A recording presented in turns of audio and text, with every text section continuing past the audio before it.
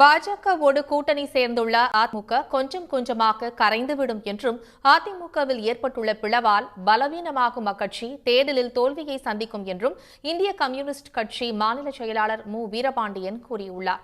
மேலும் அதிமுகவில் நிலவும் தொடர் பிளவு திமுக கூட்டணி கட்சிகளுக்குத்தான் வெற்றி வாய்ப்பை அதிகரிக்கும் என்றார் அவர். தொடர் பிளவு ஏற்பட்டாலும் ஏற்படாவிட்டாலும் அதிமுகவுக்கு தோல்வியை ஏற்படுத்தும், திமுகவுக்கு வெற்றியை தான் ஏற்படுத்தும். எங்களை பொறுத்தவரை அண்ணா திராவிட முன்னேற்ற கழகம் பிஜேபியோடு அணி சேர்ந்திருப்பதால் அதை தோற்கடிக்க வேண்டும் என்பதில் மும்முரமாக இருக்கிறோம், தீவிரமாக இருக்கிறோம், தோற்கடிப்போம். அதே நேரத்தில் அண்ணா திராவிட முன்னேற்ற கழகம் ஒரு ஜனநாயக இயக்கம். தமிழ்நாடு போன்ற பண்பட்ட கலாச்சார பூமிக்கு பல கட்சி இயங்குமுறை தேவை. அண்ணா திராவிட முன்னேற்ற கழகம் தேவை, ஜனநாயகத்திற்கு நல்லது.